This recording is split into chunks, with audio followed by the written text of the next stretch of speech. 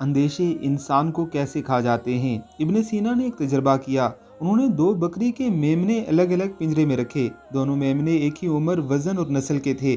دونوں کو ایک ہی قسم کا چارہ کھلایا گیا۔ دونوں کا ایک ہی طرح خیال رکھا گیا، یعنی تمام تر حالات برابر رکھے۔ پھر میمنوں کے پنجرے کے ایک طرف ایک اور پنجرہ رکھا اور اس پنجرے میں ایک بیڑیا رکھا۔